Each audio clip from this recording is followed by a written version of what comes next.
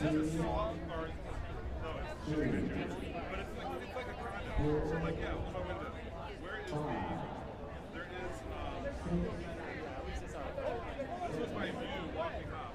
But where is the this one? Actually, I probably did it so bad. Oh no, here you go. Like they're walk-in closets. That's not where the washer and dryer is. No. Yeah. Like you walk in, and there's a place for like, there's a place for a chest. Yeah. So yeah, if that's an art system, listen.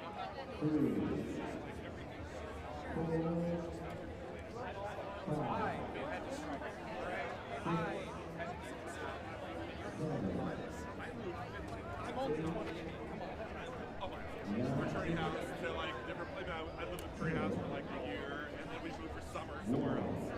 You know, and we'd sometimes keep that place like, oh no, wait, we moved down here.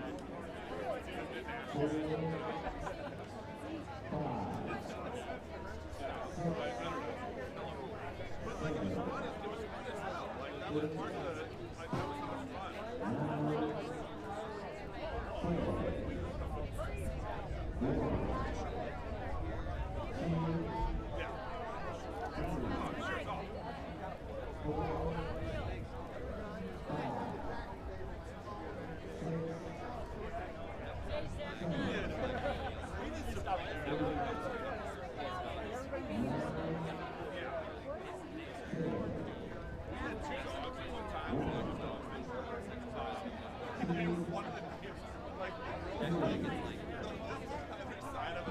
We're traveling for like their internship, like, what's your dog? Like, sure. This dog is just sort of like Marie. I think her name is Marie.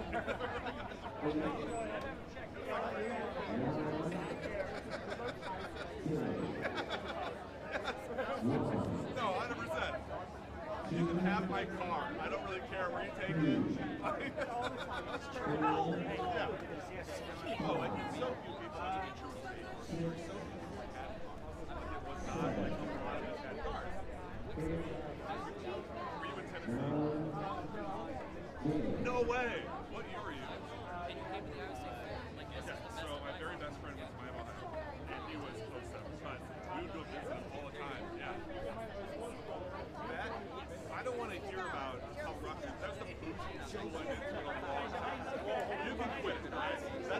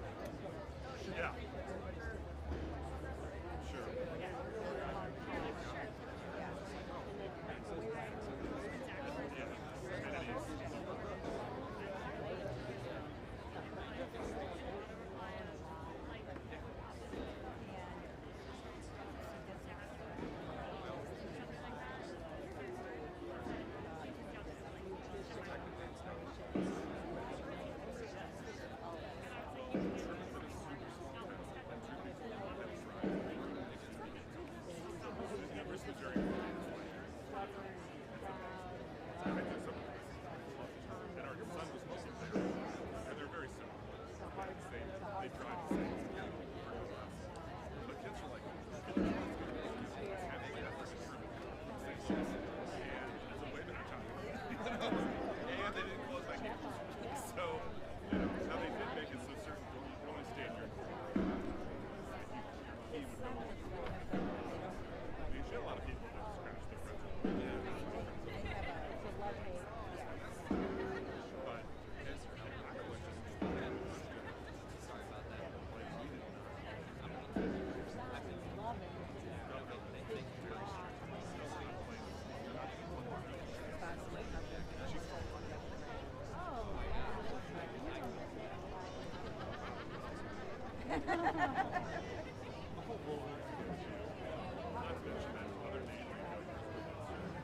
Hi, Kelly. Again. Oh, good. Today's a little bit hotter than Friday. Yeah. I don't want to be wet. Yeah, that's fair. I'll take the heat. Yeah. I was only here when it wasn't raining, so So, yeah. Well, it seemed like it was a good day. Nobody heckled it, right? a little bit, but we had to wrestle like you and lifted up signs and rocks and there was a fight that went around. Hey, go back to Kansas.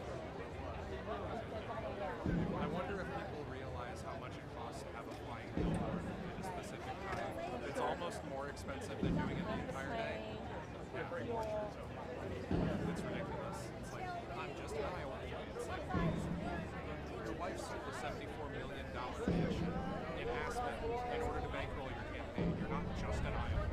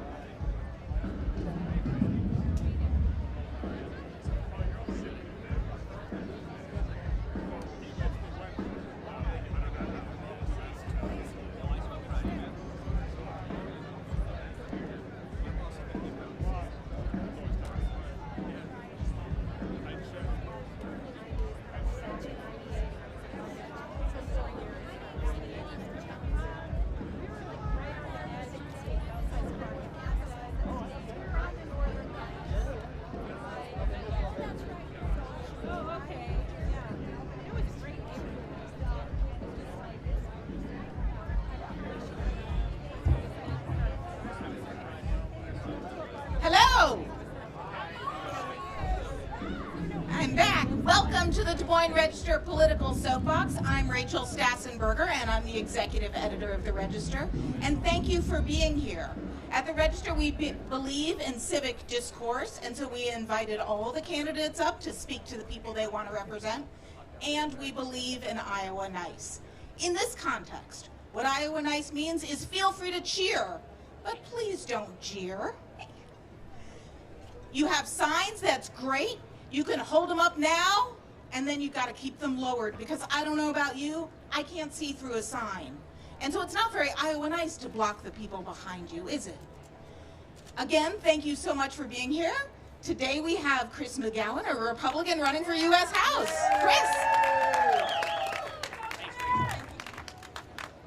Thank you, Rachel. And you know the old saying, folks, they save the best for last, and somehow I'm starting today. So in any event, first and foremost, I want to thank the Des Moines Register, Rachel and her staff for their efforts to put this together. And I also want to reassure each and every one of you that I share the Register's objective when they talk about civil discourse. We've lost it, we need to regain it, and I intend to lead the way on making sure that people can disagree without being disagreeable. Welcome to Iowa. So as Rachel said, my name is Chris McGowan. I am the Republican nominee for the 4th Congressional District of Iowa. I'm delighted to be with you today. I presently serve as the president of the Siouxland Chamber of Commerce. I've been with that organization for 23 years this week, believe it or not. And where I come from, we call a beautiful day like today Chamber of Commerce weather. Again, welcome to Iowa. I'm going to take just a minute to talk about some of the issues that are most important to Iowans in this particular cycle. And if we have some time at the end of the 20 minutes, I will be happy to take some questions, and then I know there's a press gaggle that follows. If I'm looking at my watch, it's not because I want to be somewhere else. It's because I want to respect Rachel and the Register and the time they've allocated for me to have the opportunity to visit with you today. But I want to begin here. Today is a very special day at the Iowa State Fair, and it's one that requires us to take a moment to say thank you. Today is Veterans Day at the Iowa State Fair, and if you're a veteran, would you please, if you are able, would you please stand? Or if you're standing, would you raise your hand with me? All our veterans, those who are serving today, let's give them a round of applause and thank them for what they do to defend freedom around the globe. So a little bit about my background. I grew up in Sioux City. I graduated from Bishop Heelan in 1985. For those of you who are doing the math quickly, that makes me old. I'm 59 years old. I am a first-time candidate for public office. My beautiful wife, Kathleen, of 27 years, is with me here today. Say hi, Kathleen. There she is. Kathleen and I have raised 6 children, and we're very proud of our 6 children. I will tell you that we are a military family. We are a family that understands the commitment required to serve in the armed forces. I am blessed to be the son of a mother who's in the Iowa 4-H Hall of Fame. I grew up on these fairgrounds, spending lots of time in the 4-H building. I'm also blessed to be the son of a Vietnam veteran who taught me the importance of service to our country. Folks, there's a very important quote that I think is particularly appropriate on Veterans Day at the Iowa State Fair. The quote comes from Thomas Paine, and for those of you who are students of history, Thomas Paine was a Revolutionary War-era patriot. And in 1777, in a pamphlet entitled The Crisis, Paine was trying to drum up support to take up arms against the British, against the Loyalists in America's Revolution. At that time, Thomas Paine wrote, and I quote, "Those who expect to reap the blessings of freedom must, like men, undergo the fatigue of supporting it," unquote. Now, that's 250 years ago, and notwithstanding the gender-specific language, the quote is spot on. And that service can be in the military. My father served, I served. Today, 5 of our 6 children are serving in the armed forces.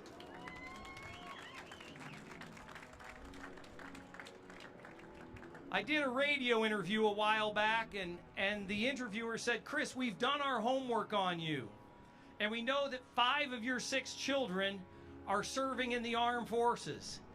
My question for you is, what's the matter with that 6th kid?" And I said, "Now hold on, give her a chance. She's only in junior high school." And so our youngest has some big shoes to fill, some big decisions to make. She'll be a freshman at my alma mater, Sioux City Heelan, beginning next week. And she has 4 years to make a decision about whether she wants to follow her older siblings. That said, service extends beyond our armed forces. With total and complete respect to Rachel and her team at the Des Moines Register, That service can also be fighting for our First Amendment and making sure that we have a free press. And let's hear it for the press that sponsors this for Iowans. That service might also be a school teacher, a pastor, a firefighter, a police officer, a first responder. There are many people that contribute to the unique fabric that makes this country the exceptional place that it is today. It is my hope that at 59, I can continue my family's legacy of service, but now in a different capacity. As I said, I served in uniform when I was much younger and quite a bit thinner and didn't have any gray hair. But today, with a career in the rearview mirror, some gray hair, and hopefully some wisdom gained over the decades, it is my hope to reflect the values and to be the voice of Iowa's 4th Congressional District.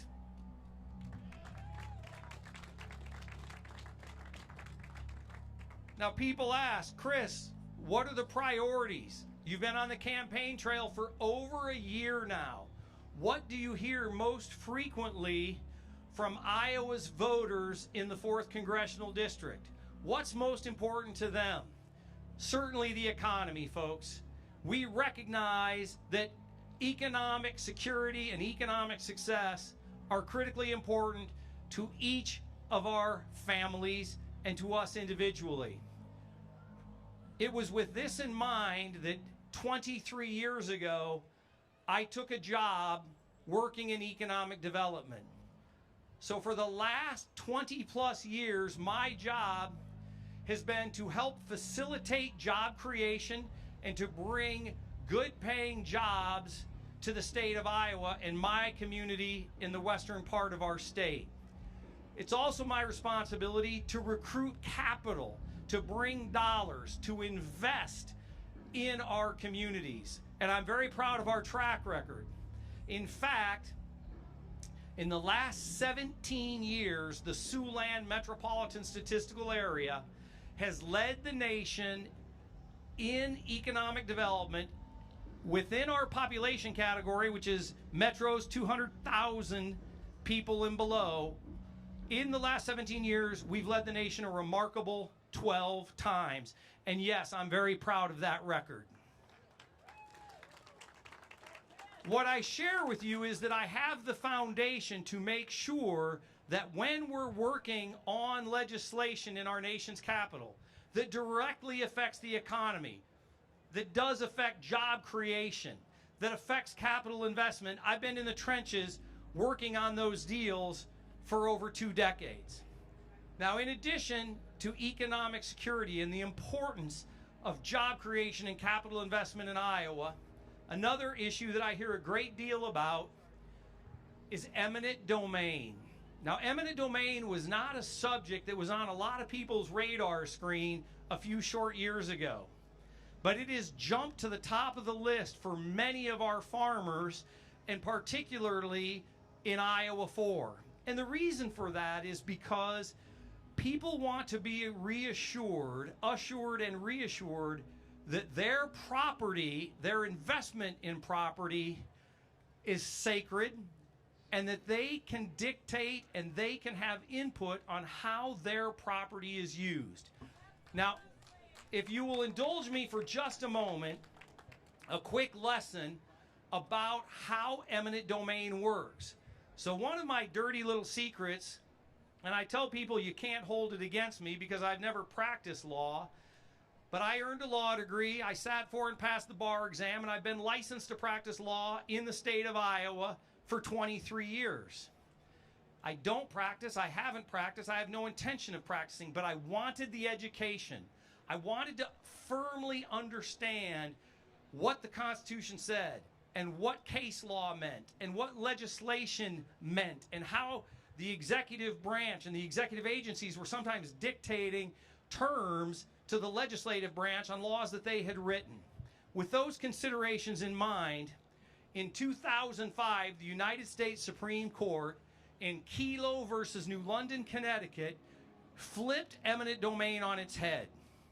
Now, what had historically been the case is eminent domain which is provided for in the takings clause of the Fifth Amendment in our Constitution, talked about the government's power to seize land for a public use. Okay? I want to focus on the word use, because historically a use was a park, a school, a road, a military installation, a courthouse, or something along those lines. But in 2005, with a slight majority, the U.S. Supreme Court extended public use to more a definition that reflected a public purpose. And in that case, the Kelo family property, which I believe was a family farm, was seized because they felt, the government felt, they would generate more tax revenue with a strip mall rather than a farm. And that may have been correct. But is that reason enough for someone to seize your private property? No, the answer isn't just no, it's of course not. That is not sufficient in my mind, and I have every confidence that when given the opportunity to readdress this holding, the Supreme Court will reconsider. Now let's think about this for just a minute. I understand the importance of increasing markets for farmers, to have more places to sell corn, to make sure that we can increase the price on a bushel of corn. But I can't allow the seizure of the same farmer's property for a project that they don't support or never intended for their land to be used for. I'm going to take this a little bit further.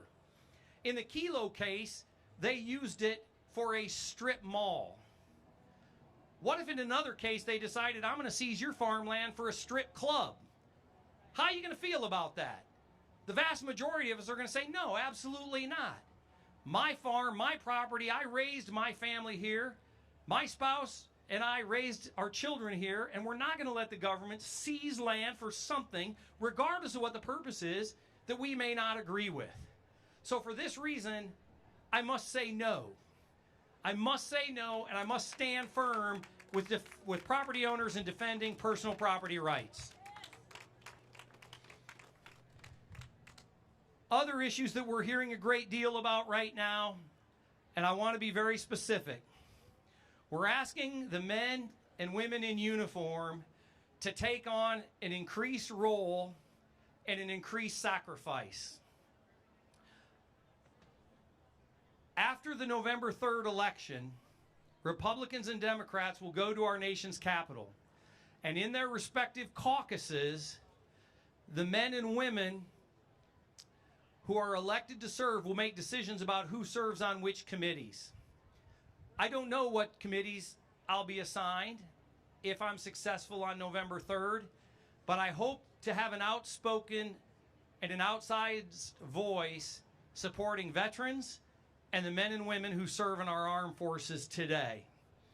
To me, when a young man or a young woman raises their right hand and accepts an oath to support and defend our Constitution against all enemies, foreign and domestic, and the contract that they make with our government is up to and including their very lives, do they not deserve everything that we can provide them in terms of resources, training, and equipment? And the answer is a resounding yes. I have had the opportunity to meet with the leadership of the House Armed Services Committee. If I am successful on November 3rd, and I certainly will do everything in my power to ensure that we're successful on November 3rd in Iowa 4, if invited to serve on that committee, it would be a tremendous honor. Because as I said, as the son of a Vietnam veteran, as a veteran myself, as the father of 5 who are serving in uniform today, I want to make sure that our country is doing everything in our power to make sure that those young men and women have access to everything they need to be safe and to be effective. Now, I also think that that means that the federal government has a responsibility to be extremely prudent in the use of arms and using these young men and women. And that will be paramount, top of mind, critically important concern for me as we look going forward to how we utilize what President Trump in his inaugural address in 2024 said will be the most powerful military the world has ever seen. I want to be specific about the conversation that I had with the President of the United States earlier this year. When he called and indicated that he would be endorsing our campaign for Congress, at the conclusion of that conversation, I said, "Mr. President, may I please add one thing?" And he said, "Yes, Chris, what is it?" And I said, "Sir, I believe the most seminal statement that you made in your 2024 inaugural address was the following: we're going to build the most powerful military the world has ever seen, and we're going to judge our success not only by the wars we win, but perhaps more importantly, by the wars we never get into." I grew up in the Reagan era. I was blessed as a member of Iowa's delegation to American Legion Boys Nation to meet President Reagan in the Rose Garden at just 17 years old. President Reagan had a mantra. That mantra was peace through strength. I have every intention of following President Reagan's mantra as it relates to the very conservative use of military force, and only when diplomacy and all other avenues have failed. With that in mind, they're telling me that I'm getting very, very close to my 20-minute limit, so I'd be happy to take a question or two before we wrap up at exactly 10 to 2. Are there any? Yes, sir.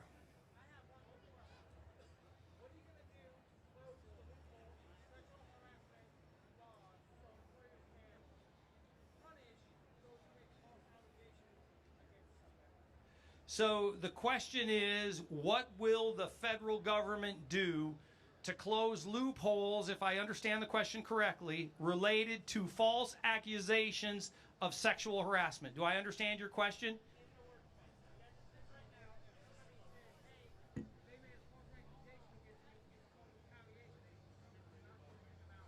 Okay. There's a little bit of background noise, but I want to do right by you, sir, and make sure that I summarize your question correctly. And I believe that it's, what will you do to make sure that unsubstantiated allegations in the workplace related to sexual harassment don't destroy the careers of those falsely accused? Is that fair? So he wants to make sure that those that make false accusations are also punished. And I'm going to guess that stems from a personal experience.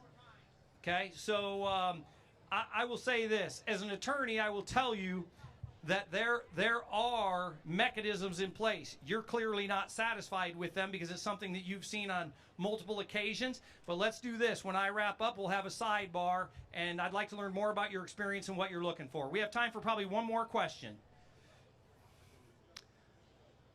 Yes, ma'am.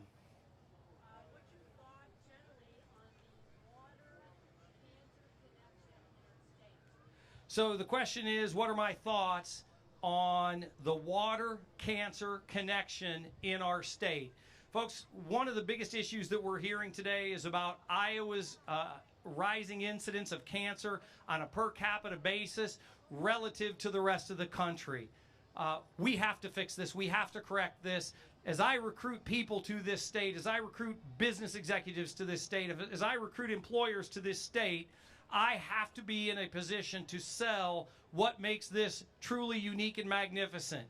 We talk about quality of life when we do that, and quality of life extends to strong education, strong recreation, strong health care.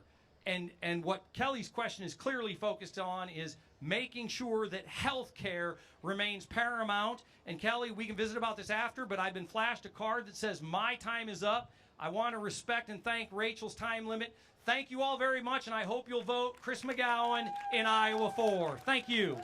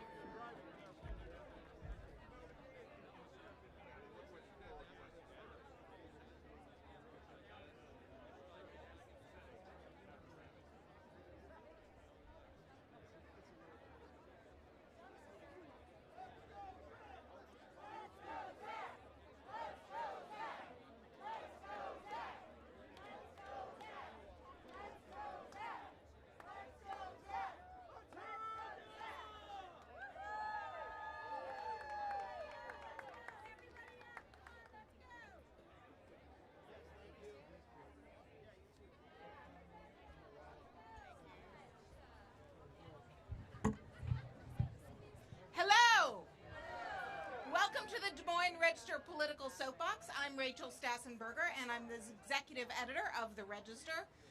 Here at the Register, we believe in civic discourse, and so we invited all the candidates to come speak to the people they want to elect them. And we believe in Iowa Nice. What Iowa Nice means for this context is, I love your signs, hold them up.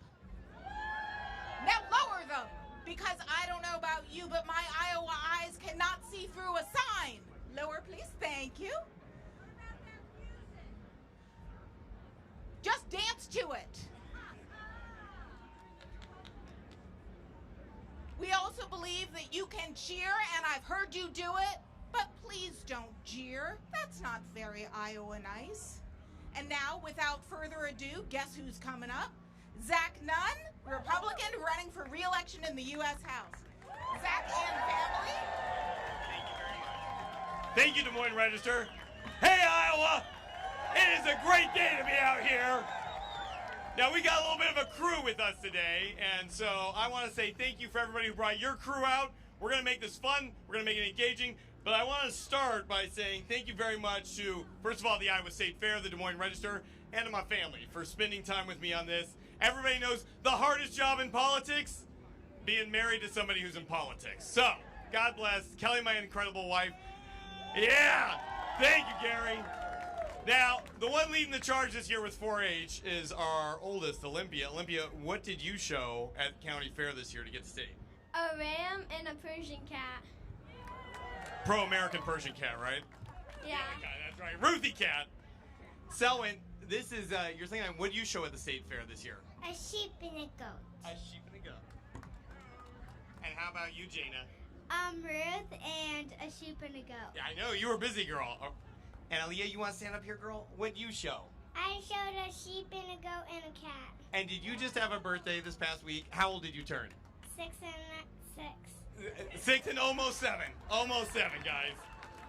Well, hey, team, I want to say thank you for spending a little bit of time with me. My name is Zach Nunn. I am privileged to get to serve the 3rd District of Iowa. As a combat veteran, we have flown all over the world. We've done 700 combat hours in Afghanistan, Iraq. I've served off the coast of both China and Russia. But most importantly, thank you for your service and to all the veterans who are out here today for Veterans Week. Now, guys, during this tour of duty, serving in Iowa, my family, I, and so many of you here today have been out across all 21 counties. We've heard at nearly 500 listening sessions how important priorities are for Iowa. And like any good military commander, we're taking your priorities, building a battle plan, and executing. Here is our intent.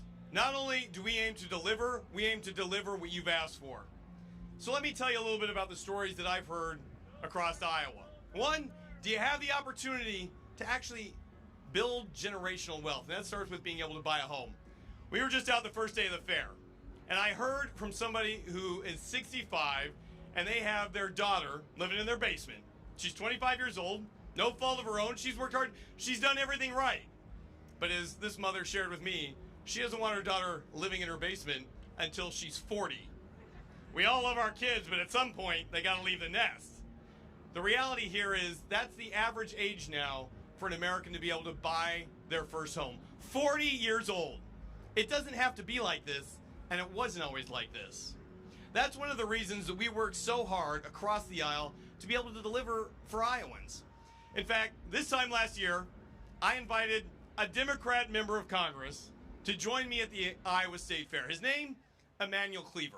And he came all the way up and joined us right here because together we led the rural housing bill to make a once-in-a-lifetime generational change for Iowa families, for Americans to be able to buy their first home. And I'm proud to say, with the Democrat support, we were able to pass it. Drive down the cost of housing by nearly 30% with our efforts, upscale so that rural America could have the opportunity for a home, and by God, we got that done this summer. So thank you very much. Now, team, I'm privileged. Just last week, they called me out as being one of the top 3 most bipartisan members of Congress. We've been able to pass 3 bills and get them signed into law under Joe Biden. And I don't always agree with Joe Biden on very much.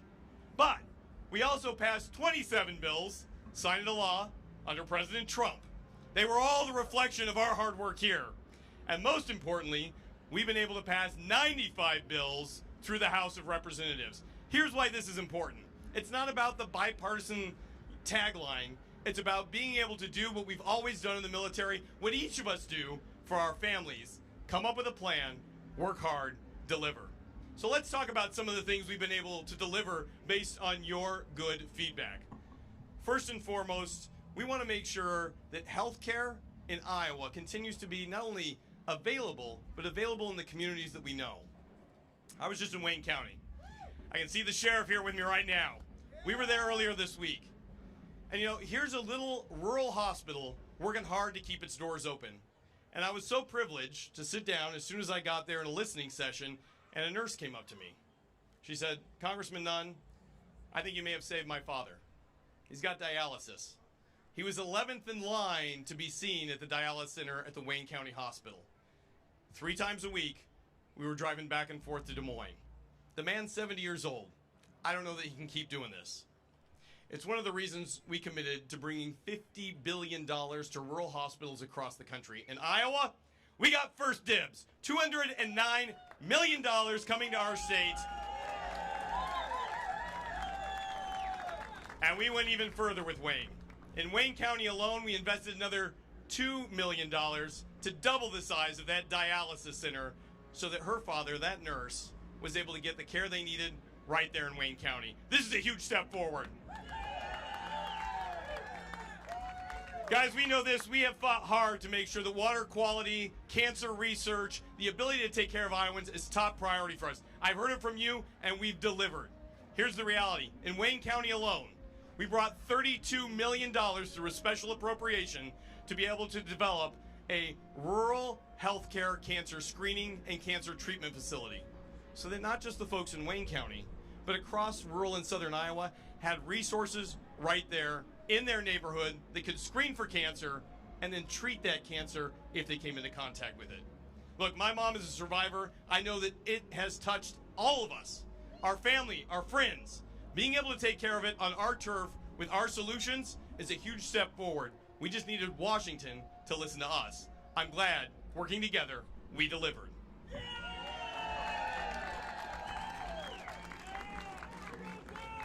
Now, one of the things that we talk a lot about here is if we can grow it here, if we can build it here, if we can keep it here, America is going to be in the driver's seat for a long time to come. And we do very good at this, don't we, guys? The #1 in corn, #1 in hogs. We're right up there on soybean, and God bless, every 4 years, we grow a crop of presidential contenders who like to stop by this very stage. Iowa outkicks its coverage. So when it comes to agriculture, we said, America, it's time for you to look at a state like Iowa for solutions. And we began this by passing $66 billion for our farmers to make sure that they can make sure that the next year's crop isn't something that just happens once every 12 months, but that happens for every generation coming forward. Guys, I'm so proud to have led in the Farm Bill more provisions than any other member of Congress. That's everything from making sure a young and beginning farmer gets the tax credits they need to help take over the family farm so that a family farm can stay in the family. Guys, it's things that we learned from great leaders like Terry Branstad, our governor, when we went forward and we built rural broadband. Our bill in there makes sure that not only precision ag can be successful, but that every rural community, whether you're working from home as a small business owner or whether you just want to watch the last season of Landman, you've got the high-speed broadband you deserve. Guys, we've made sure that there's things in there like high water quality, and we put it in all 21 counties so we can fight both droughts, floods, and nitrates that are harming our communities. When we get ahead of this with empirical information, we have real solutions we can go after. Another $500,000 we were able to execute on this. And team, I think this is really important as we march forward. We stood up for what we grow here. Look, I'll be the first to say, when it came to things like biofuels, Washington has told Iowa the same answer time and time again. Wait. Now, I can talk to any farmer in this crowd today, and they'll say, I don't need another study. I don't need another review. I don't need to wait to know how good biofuels are for this country. What we grow here, year-round nationwide E15. What we grow here, 45Z, agro-biofuels for diesel. What we grow here not only helps reduce the cost for a mom filling up her minivan by up to 50 cents per gallon. It makes sure that we're never dependent on Iran or Russia for another gallon of gasoline when we do it here. Now, guys, I can talk about how this helps our farmers. It brings $20 billion to our state. But most importantly, it helps America be successful. We decouple from bad actors, but equally, we are able to grow, build, and produce right here in Iowa. Now, friends, we've worked very hard. And I will say this, it is a privilege to get to serve. But one of the things I hear most from our 500 listening sessions are things that you, as Iowans, want to see Washington do. And the good news is, we've got a pretty good playbook right here in Iowa on how to do it right. Many of you in this room, when I came back from my deployment, helped me run for my first office. Granted, it was a blue district, and they told us we could never win. But with a lot of hard work, we did 3 times over. And as a result of that, we started delivering on things that matter to Iowans. Like, hey, just let me keep a little more of my hard-earned money in my pocket. Because I'll tell you what Iowans do with it. They spend it on their families. They spend it on their farm, they spend it on their businesses, but most importantly, they invest right here. That's how you grow an economy. So we took what we did in the Iowa State Legislature by passing the largest tax cut in Iowa's history, and we went straight to Washington and did the same thing. The largest tax cut in American history. But more than that, it's meaningful tax cuts. It means that every family is going to get $3,000 back. It means, thank you, Gary. It means that everybody, like Erica, we're going to cross the street here, gets to keep more of her tax dollars that she then gets to spend on being able to finish community college. It means that our great law enforcement and our first responders and our nurses up the street get to keep the money they've earned on overtime. Working a double shift for them means that's helping directly pay for their family, not bleed that money out to Washington. And guys, you know we've got a great blended family here. And going through that process, having some amazing young ladies with me who've educated me, we invested to make sure that everybody who wants to foster and adopt gets a $5,000 tax credit, because it shouldn't be that you have to pay so much just to adopt, you can't afford to have a family. We're doing the same with IVF, and we're doing the same with making sure more kiddos get the help they need. Guys, I'm proud of what we've been able to do, but I will highlight this. It's not easy. You know this. Together, we've brought nearly $200 million back to Iowa. That's money we went in front of an appropriations committee and advocated each one of you could do better than folks in Washington. Now, here's a huge part of this. With E15, with the Farm Bill, and with others, we've had to fight our own leadership. In fact, I really respect Speaker of the House Mike Johnson. But there was a time where they were going to try and roll Iowans on this, where they were going to tell us again, Iowa, just wait. Well, we didn't take no for an answer. Not only did we hold our vote, we fought back. We held them accountable for what they promised us, and we delivered the first time ever, year-round, nationwide E15 in Washington, D.C. And the Senate can do the same. Guys, one of the things that I think I'm most proud about here is being able to say there are solutions that come out of Washington that need to listen to Iowa a lot more. And when it comes to things like health care, Washington too often has said, we have, when it comes to Washington, they say either we're going to take it over or we're going to take your money. And the times Washington gets really clever, they say we're going to do both. And on too many things, the federal government has tried to take over what we do so well here in Iowa or take our money to try and execute with it. And we've been able to say not only no, but we've shown a better path. So one of the things that I'm committed to is making sure we're holding Washington accountable to the same standards that all of us here in Iowa want. We voted multiple times for it, and I agree with you, brother. We also had 5 years under the Biden administration to do it. That's right. The other aspect of this, I will say, of the things that we have, USA on it, brother. USA on it. That's right. USA saves the day.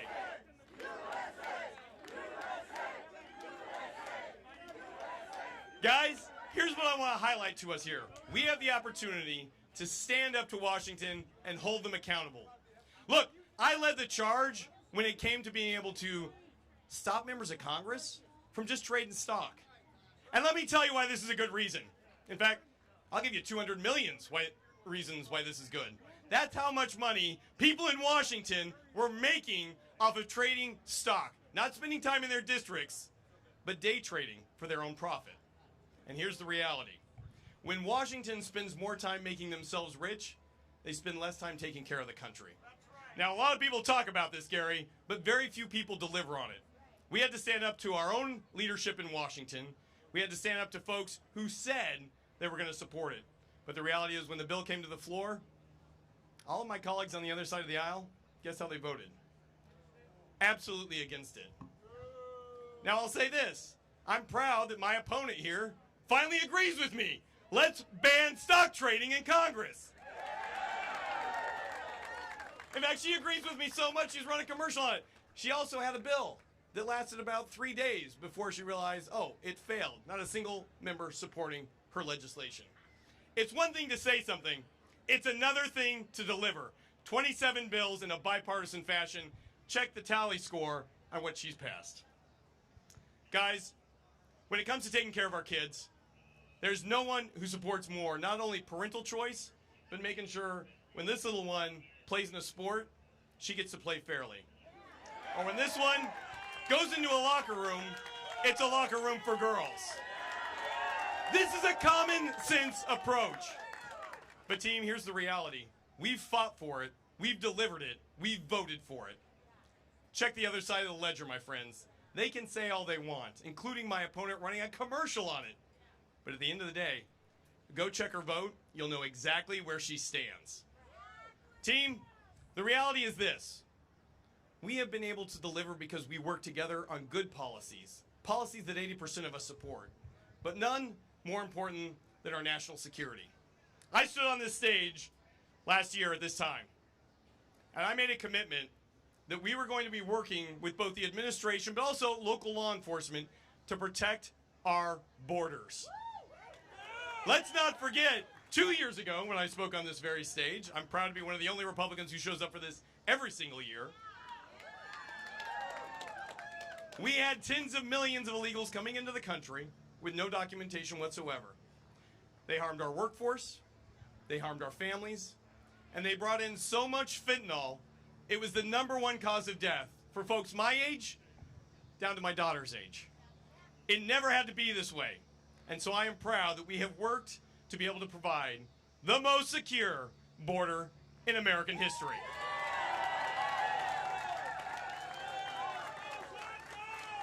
Friends, know this. This does not just happen. This is the result of hard work day one at the federal level, with our state, and most importantly with all of you. Every one of the ideas that you guys have been able to put forward for us, we have worked hard to change into good legislation coming out of Washington. And every time we've seen Washington not delivering for us, we have fought back. Whether it's a Democrat, a Republican, or the Washington institution, we've delivered. I can't do it without your support. Each of you is part of our wingman team. Each of you gets to have a voice for Iowa. And by any standard, let's send folks to Washington who put Iowa first. I'm honored to fight with you. We're going to see you soon. Thank you, guys. It's a privilege being out here. Thank you, guys. Thank you very much. Thank you, guys. Thank you. Bless you, team. Thank you, guys. You want to say thanks? Get in here real quick, team. Thank you. Thank you. On 3, fight Iowa. 1, 2, 3. Fight up for Iowa. USA! USA! USA! USA! USA!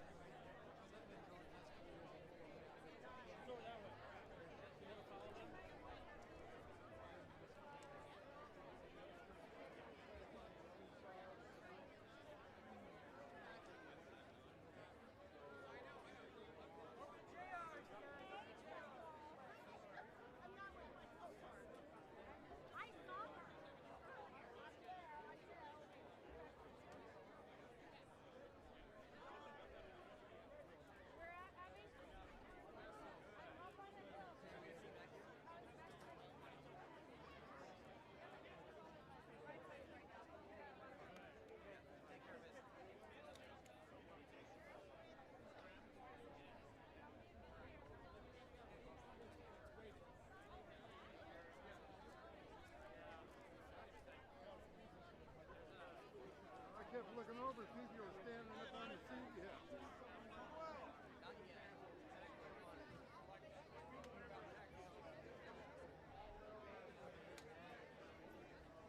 What do you want to do?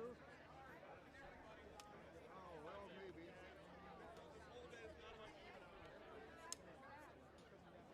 Yeah, I was afraid it was getting a little deep. I thought maybe you'd be on the seat by now. I should have wore waders.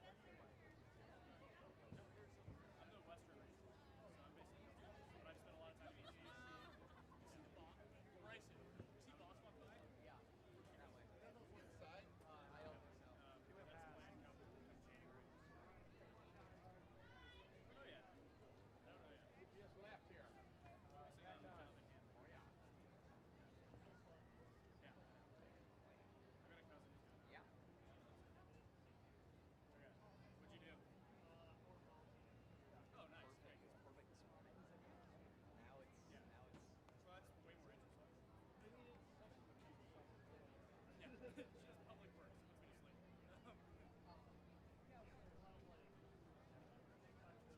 Yeah. Yep. Yeah, it's got to be. It has to be.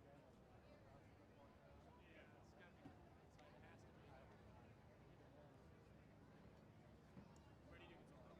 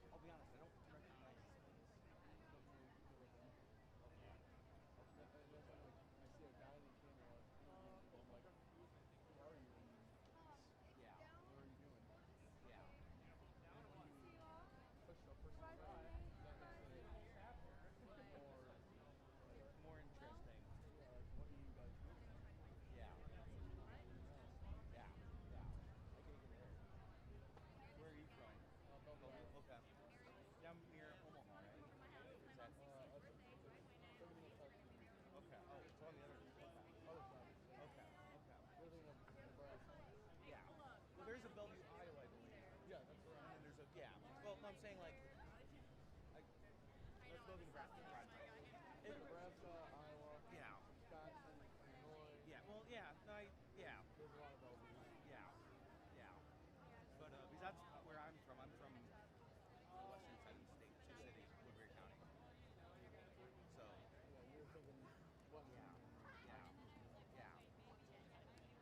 Oh my gosh, all my memories are from freshman year, and it's actually so like it's not.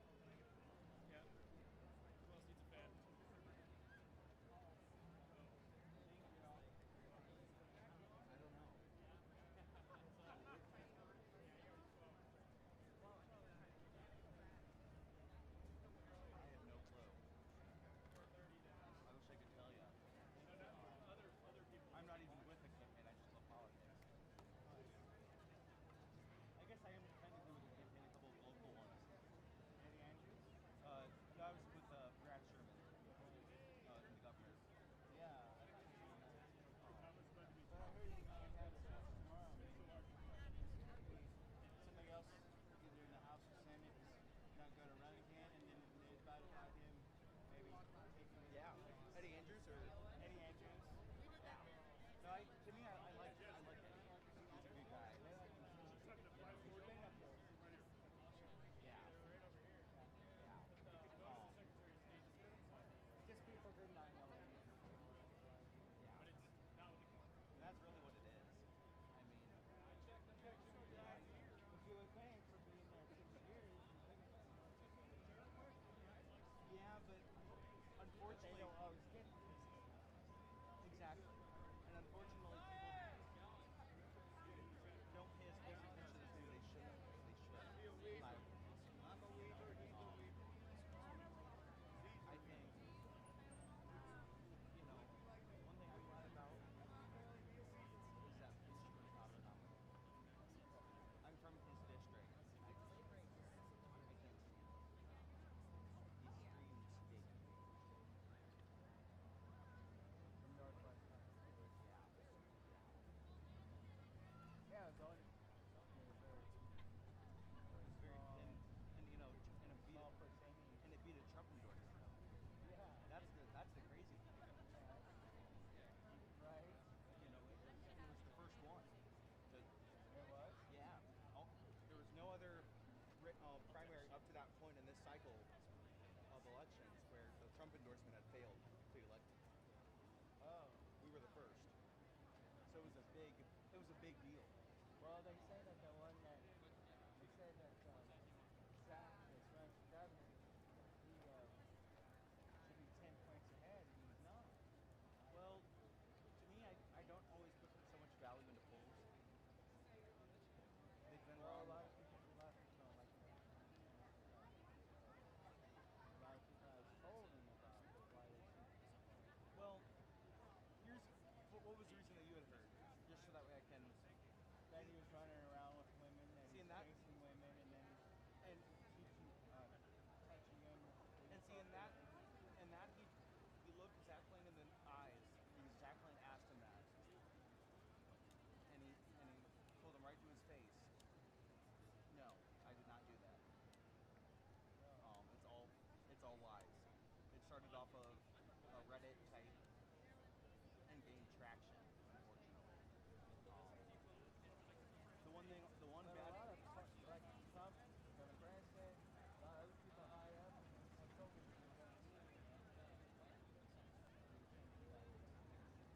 Yeah, lieutenant governor doesn't matter all that much.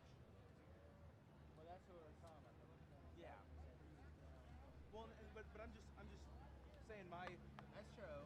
You know what I had heard specifically from Zach's campaign while I was there at the convention. And to me, if there was truly credible, there would have been more havoc at the convention than what there was. There was no regarding the lieutenant governor nomination. But I'm glad we don't have a man or used to be from Minneapolis. Where? The other man that was running for governor used to be from Minneapolis, but he's not from Minneapolis. That's North Steen? Steen, yeah. Yes. No, I'm not a huge fan of Steen. I look at it and I see a thing with that line. Oh, okay. Yeah, because I heard that that and taking credit for down one of the buildings in Iowa City that should have been a landmark. Oh, really? I didn't hear about that. To me, it was more about how he ran his campaign than anything. With the challenging and then lying about it. And then he went threatening Eddie Andrews to get out. And all that stuff. To me, that's not. And then he lied about it. Comes out later that he did. Yeah. That, and then he also he lied about the Satanic Temple. Right. That was a Brad Sherman thing, not an Adam Steen thing. And so just, and to me, when it came time for election day, though, I had volunteered for Brad Sherman, but I knew it was going to be either between Zach Lane or Randy Kingstra. So I proudly cast my vote for Zach Lane. Yes. The one who ended up getting the nomination. Yeah. Thank you.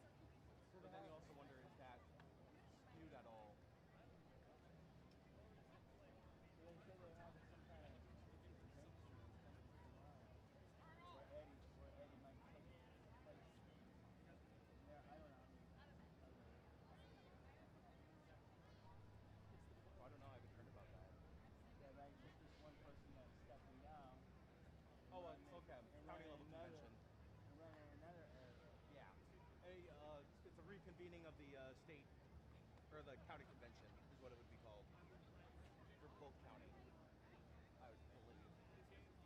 So he's looking for delegates. Knocking doors. What? And he's out knocking doors right now. He was here today earlier. The person was living with slime. Okay.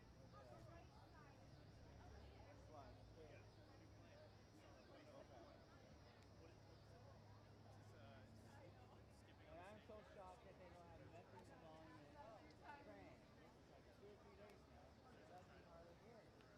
That one day, in the past, they used to have that cool thing you could do. Oh. They only have one booth, one tent. They don't do it for the lottery.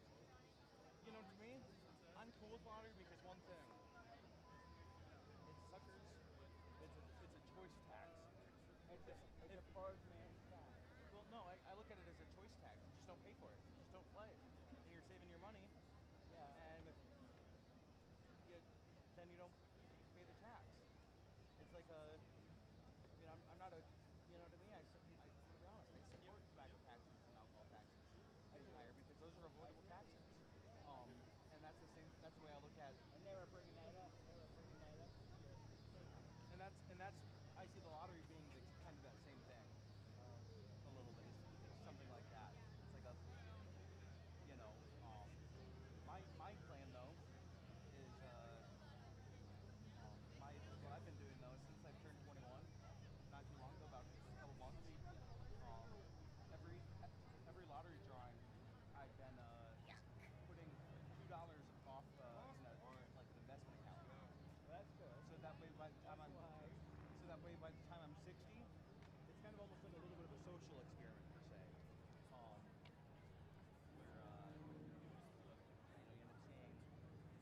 Where you end up seeing over my life, how much did I gain from not playing the lottery? Right. If it, you know what I'm saying? Like, because it's just,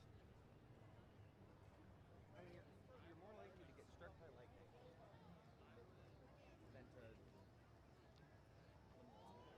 Yes.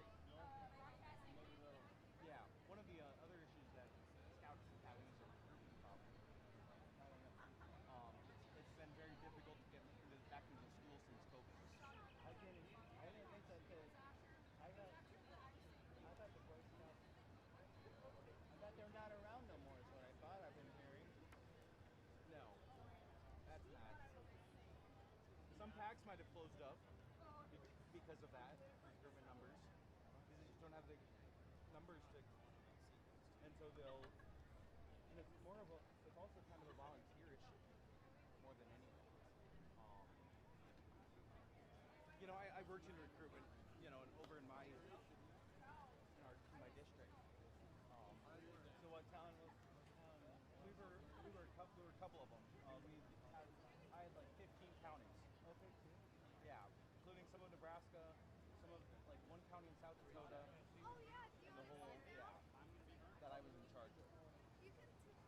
While doing college as well. Yeah. So I mean, it was a full time. Well, some people say it's not a thing at all since the girls are coming over to the Boy Scouts. To me, I don't buy that personally. I think, well, the then moms are always have been there, and see what the problem was. The men were not stepping up to the plate and helping out, and so that leaves mom or leaves a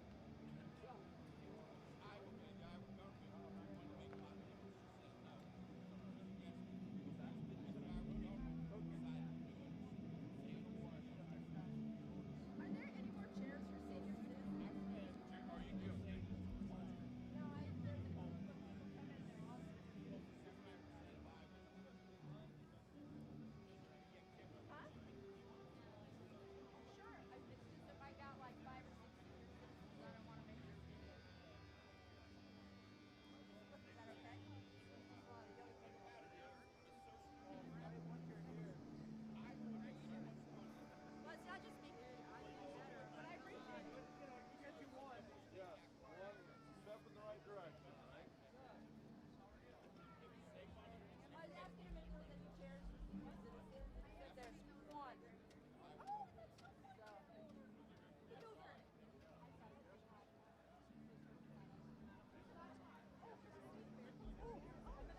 It is a hot one.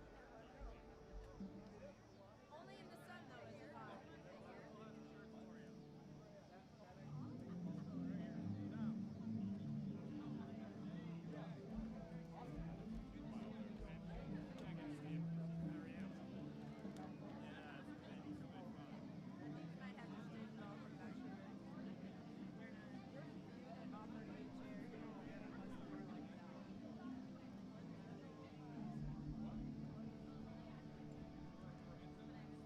Apparently young people get chairs, but seniors themselves do not.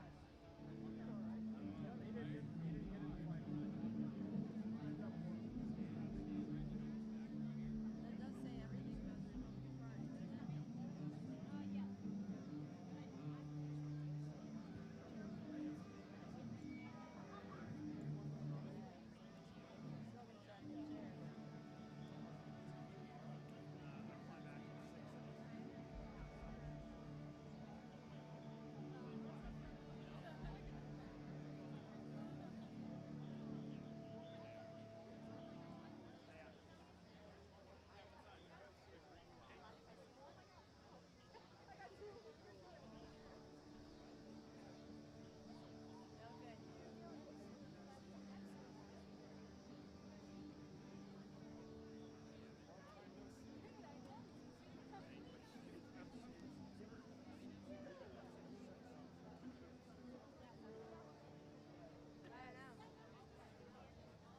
That's okay.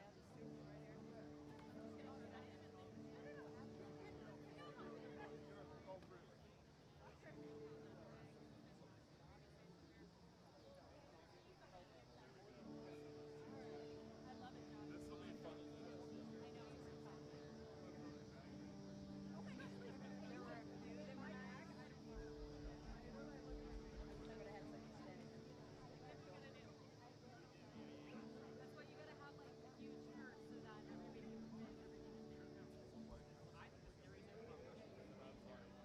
I didn't know if they would, but I was like, I don't know. Yeah, they are. Yeah, that makes sense.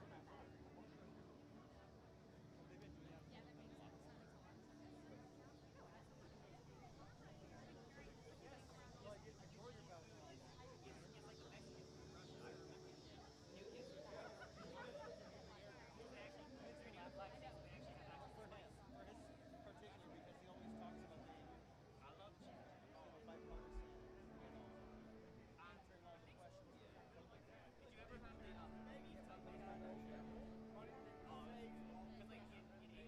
Besides that, I can see that.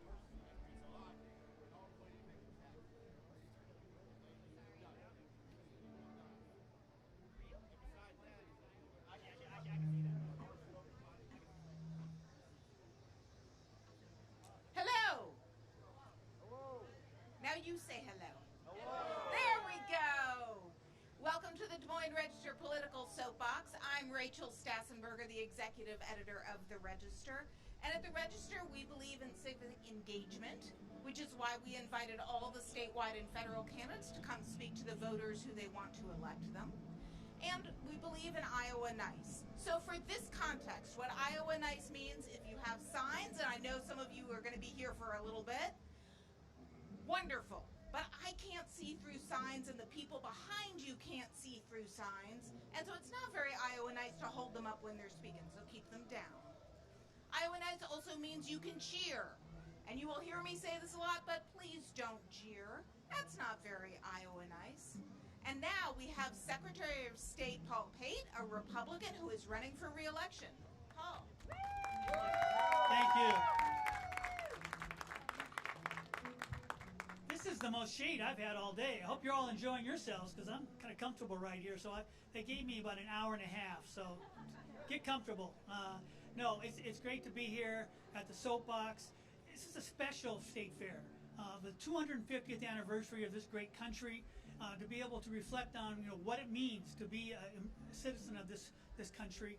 And one of those main issues is our right to vote, to have our voice heard in our government. And I think we've done an amazing job of doing that in this state. And I hope you share that same opinion. For those of you who don't know who I am, as I said, I'm Paul Pate. It's pretty easy to remember, Pate for state. Get a little plug in there.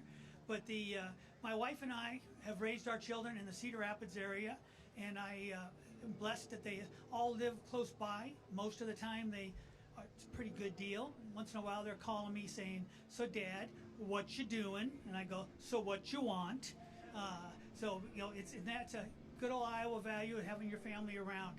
But I had the privilege of being very successful in many of the things I've endeavored in because of the people who supported me, whether they were my family or people like yourselves.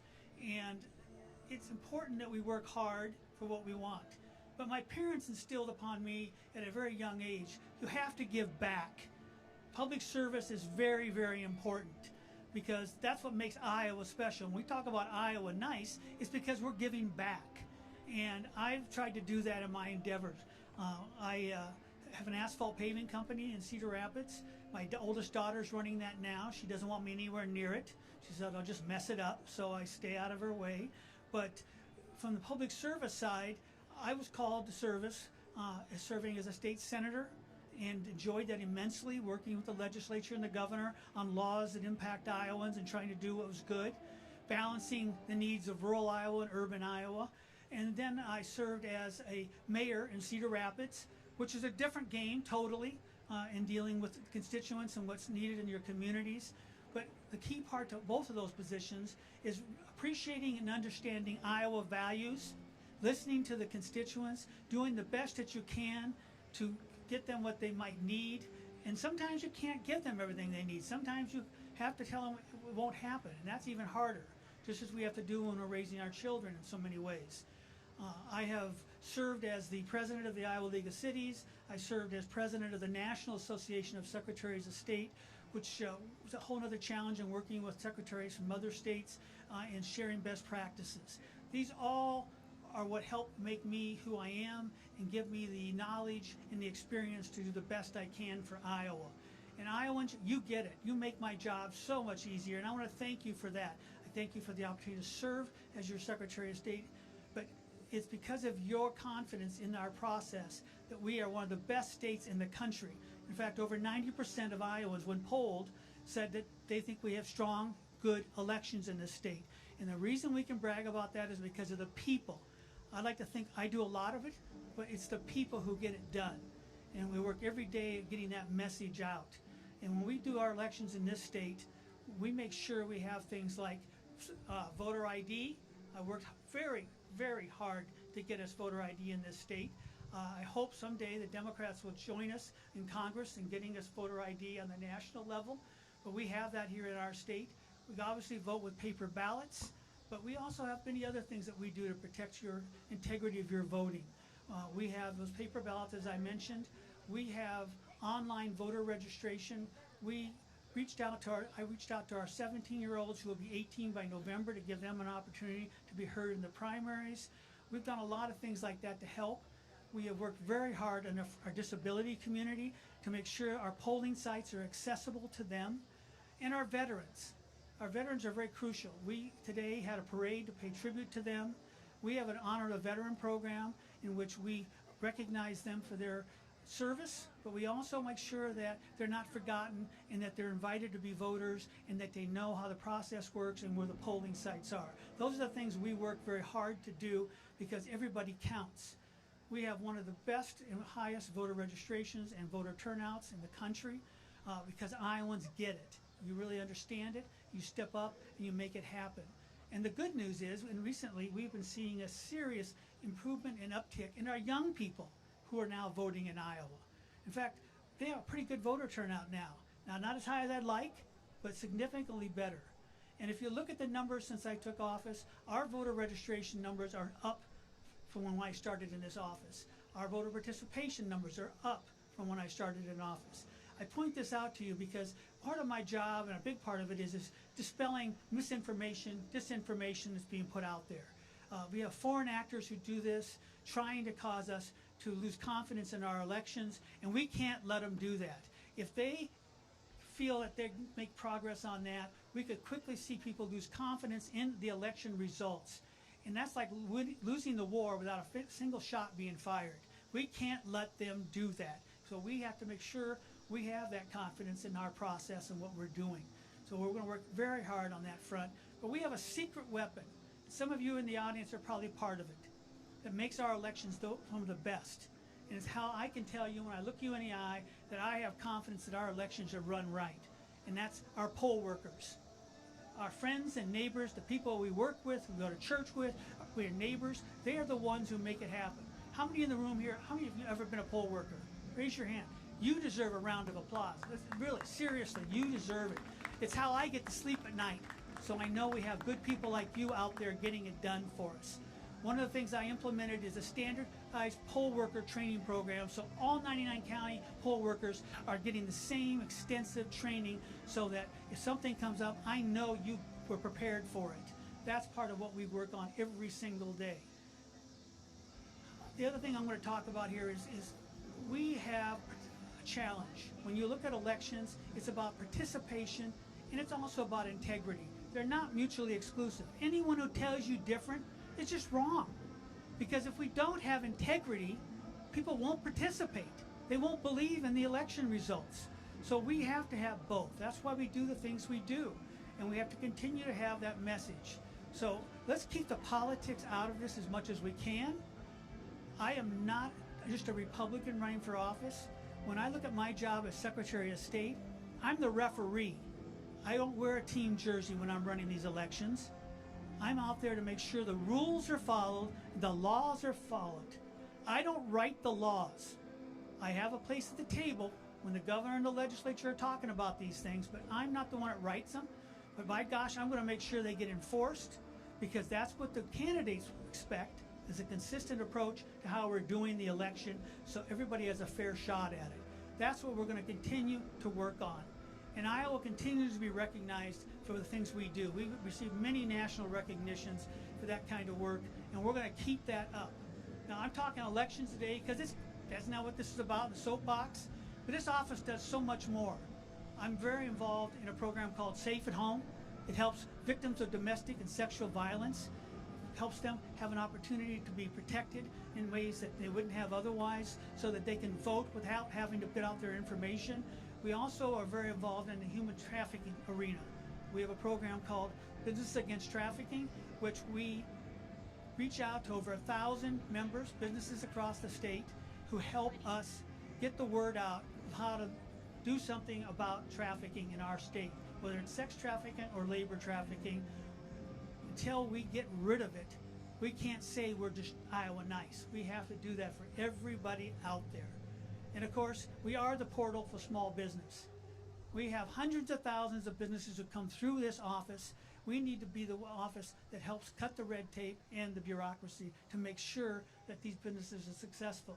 We've implemented a 24-hour call center so people can talk to a real person. We have online, so you don't have to live in Des Moines for all of these services. You can get it in any of the 99 counties that are out there. That's what it's about. We're not a government of just Des Moines. We are truly all 99 counties. So collectively, that's what this is really, truly about. And I need your involvement. We cannot sit on the sidelines come November. Every one of you need to be out there voting. You need to inspire your friends and neighbors to vote, because your voice is so important. And after the election, you can have people who might complain about some of the results, but did they vote? Their voice really counts. We had a congressional race here in Iowa a few years ago that was won by 6 votes. So yes, your vote counts. And that is why we combat voter fraud the way we do. What is an acceptable level of voter fraud? 0. 0. And so we're going to keep working on that arena. That's why we have the voter ID. That is why we work with you on making sure everybody understands the rules of the road, and we're going to keep that path up as we go out there. That's where we're at right now, and I want to just thank you all for coming out today. I want you to remember what this 250th anniversary is about, and let's really focus on making it easy to vote but hard to cheat. Thank you again.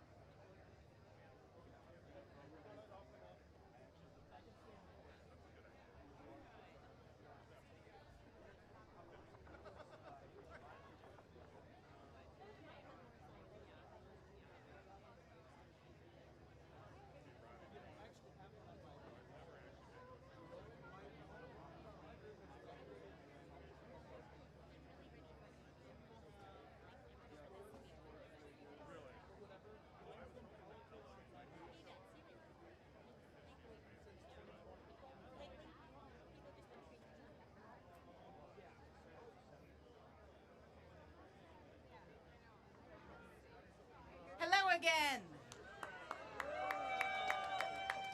Welcome to the Des Moines Register Political Soapbox. I'm Rachel Stassenberger. I have the honor to say I'm the executive editor of the Register. And at the Register, we believe in civic discourse. So we invited all the candidates running for statewide and federal office to come speak directly to the voters. We also believe in Iowa Nice. I love your signs. Hold them up high. Now lower them, lower them, lower them, lower them, lower them. And keep them lowered because we also, in Iowa Nice, people behind you can't see through your signs. So keep them lowered when the folks are speaking. You're also welcome to cheer, and I know you can, but please don't jeer because we want to hear from the people who want to represent you. Now, we're doing things a little bit differently because there was this whole stack of Republicans that had incredibly tight schedules. And so they said, we want to do the soapbox, but we don't have time for the full 20 minutes. So we are going to go bang, bang, bang. They each get 10 minutes to talk to you, and they're going to use it wisely. And so now let me invite up the Secretary of State of Agriculture, Mike Naig. Thank you very much. Thank you. Oh my gosh, you look great out here. Thank you so much. Great to see so many friends, and welcome again to the Iowa State Fair. My goodness, isn't this a beautiful day to be here? Nothing compares to the Iowa State Fair, isn't it true? Absolutely. Well, look, I'm so thankful for the opportunity to serve as the Secretary of Agriculture and to be able to represent some of the hardest working men and women in the state of Iowa. The folks who keep us fed and fueled. And I've said this many times. Many of you have probably heard me say this. God made Iowa for agriculture. You can just tell, can't you? When you look around the state, we're such a productive place. And that's something that's very, very important, that we are good stewards then of that agriculture and of the state of Iowa. Let me start at the beginning because I think a lot of you know me, but I should tell you who I am. I'm Mike Naig. I'm the Secretary of Agriculture. I've served in this role since 2018 and previously served as the Deputy Secretary for 5 years under a man named Bill Northey, who I know many of you think highly of. Bill Northey, former Secretary Northey as well. I come from a farm, a Century Farm in northwest Iowa, near the town of Cylinder. All right, let's do it. Who's ever heard or could point on a map to the town of Cylinder? Yeah, there you go. Okay. White Knuckle Curve in Cylinder, Iowa, up in Palo Alto County. But my brother and sisters and I grew up in the 1980s farm crisis. Our parents taught us the value of things like hard work, of faith, of service to your community, and I'm so thankful that even those were challenging times, that I was able to grow up that way and to be able to carry those lessons today in the job that we do. Try to bring that work ethic, those concepts to our work at the Department of Agriculture. And again, I'm just grateful for the chance to be able to get to do that. You know, we need to really zoom out sometimes, and I think we need to remind folks that every Iowan benefits from a strong agriculture. A strong agriculture leads to strong families and strong communities and a stronger Iowa because of it. So when we're working hard on these things that matter so much, building markets and protecting our soil and water and ensuring that we're looking at the next generation, that's not just for farm families that we're doing that. That's for all Iowans. All Iowans benefit when we're able to be able to focus on those things. When I ran in 2018 the first time, I told you that I promised you that I would work on expanding markets for the things that we produce in this state. I told you that we would work to protect our soil and to improve our water quality, and I told you that we would focus on making sure that the next generation of Iowans, regardless of whether they farm or not, have an opportunity to succeed, have an opportunity to put down roots, build a family, build something, build a business in communities big and small all across the state of Iowa. And so that's been our focus for these many years. But you know, elections are, yes, talking about what you've done, but we need to think about what's happening. What are we looking at in the future? We'll continue to do the same. We need to continue to make sure that we've got markets that actually allow our farmers to be paid and be able to operate in a way that's profitable. And we've done that through trying to expand international markets, to be able to sell things overseas that we don't use in the United States, to diversify our trade portfolio. I've been proud to lead international trade missions, taking some of our farmers and our ag businesses all around the world to be able to do just that. We've fought for markets domestically. You know, things like making sure that we have biofuels, expanded access to E15 nationwide. That is critically important. It will be a market driver for us. And you know what I'm also proud of is the fact that we don't just talk about making it ethanol or that we're advocating for it. We're also leaders in using it. Iowans last year alone saved $60 million that they saved in fueling costs just by choosing E15 over E10. Those are real dollars that affect affordability for working families here in the state of Iowa. Now, can't we just see that happen across the country? Don't Americans deserve that same opportunity? We've also built markets locally, and I'm really proud. 3 years ago at the Iowa State Fair, we launched Choose Iowa, which is our state's branded program for Iowa grown, Iowa made, Iowa raised. And again, I told you I'd fight for a market wherever it was in the world, big or small. And we've seen tremendous, in just 3 years' time, we have over 360 members now participating in Choose Iowa. You can go to chooseiowa.com and you can find out more about that. But that is what I mean when we say we are looking for markets wherever we can find them. We're also diversifying agriculture in that way and creating opportunities for the next generation. You know, the second piece, improving water quality and protecting our soil health. Look, this has been a focus of mine since I was elected.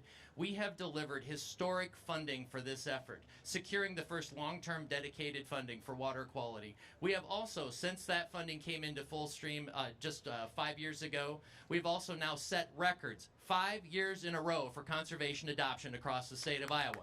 That's something worth celebrating. But that is not good enough. And that is what we are now focused on, is how do we accelerate? How do we scale up? How do we do even more? This is always about more. How do we do more? But we have gone from having a few thousand acres of cover crops in the state of Iowa before the implementation of the nutrient reduction strategy to over 4 million acres today. But that's not good enough. We need to do more, and that is exactly what our focus is on. And then we need to make sure that we continue to deliver on the mission of the department, which is to serve Iowans, to protect consumers, to protect food safety, to protect our animal industries and pets, and that has been a focus of ours as well. And so that's what we're focused on. I'm proud of the work that we've done. I'm proud of the team that we've built at the department to deliver on that. Elections are about choices, right?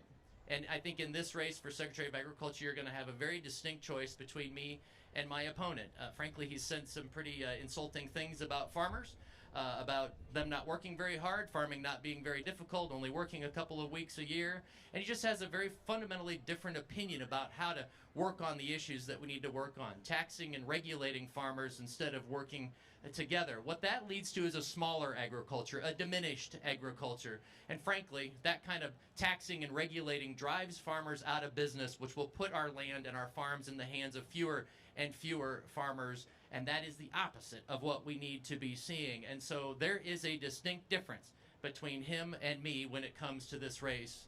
So that's what we're focused on here, is trying to make sure that there's opportunity for all. And again, the next generation, whether you're somebody, the next generation that wants to farm or not farm, we need to ensure that they've got opportunity to succeed. And it's only by delivering on those things that we can ensure that that's true. I just want to close with this, and that is that, I love here being at the fair. This is an agriculture fair. It gives us a chance to, it might be the most meaningful interaction that somebody has with agriculture, to be able to enjoy some of the great food or to meet a farmer. And again, to drive home this idea that every Iowan benefits when agriculture is stronger, and we get to do that, and we get to show that here right at the great Iowa State Fair. Final thought is, the theme of the fair this year is fair spirit. And certainly you can be in the fair spirit, but it's hearkening back to the spirit of '76. And I think it's important in times like this to go back to some basics. We talk a lot about what has made this country exceptional. Why are we the country that we are today? And I've traveled the world. I know this is not true in other places. One of the reasons that we are who we are is because we have had food and ag security since the beginning. Our men and women in uniform, our first responders, and the great veterans that we're celebrating today, they have picked up arms and defended this country since its founding. But the American farmer and the American rancher has sustained this country for 250 years. And the one thing I know for sure is that they're going to be a part of the next 250 years of leading us forward. You can't have economic security. You can't have national security if you don't first have food and agriculture security. And our state has played a tremendous role in that, in the American experience. And I take that seriously. This is not a game to me. This is not, running for this office is not something that's a sport for me. This is something I care about deeply. And I promise you that we'll continue to deliver results, not just rhetoric. We will partner with farmers and our ag communities, not punish them. I will stand with farmers. I will not stand against them. I'm on the side of our farmers, and remember, when they're doing well, Iowans are doing well. So let's keep agriculture strong and let's keep our state growing. Thank you so much for being here. Enjoy. the rest of your day at the Iowa State Fair, and I'd appreciate your support in November. Thank you so much.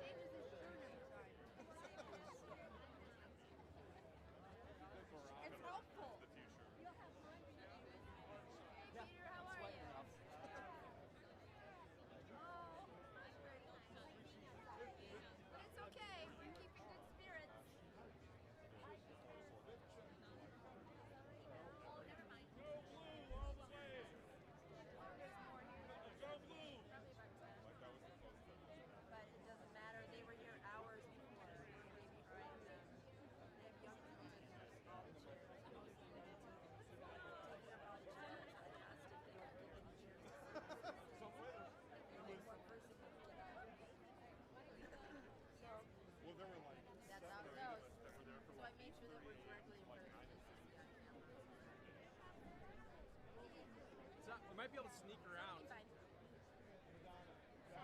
yet. Not until she's on. Look, we got one more. Brenna Bird is next. I'm just switching to the shirts. You're just being kind to short people. Where's Tim and Tina?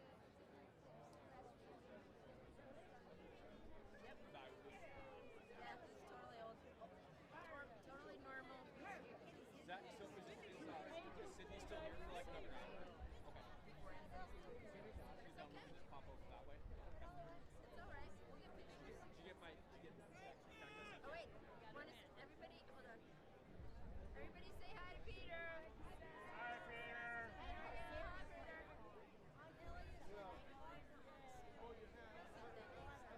Okay, well, we will talk to you afterwards. All right, bye. He hates that he can't be here. I got mine when I turned 60. I got it. Oh, look at Kelly's on the spot. I said if I made it to 60, because I almost died twice.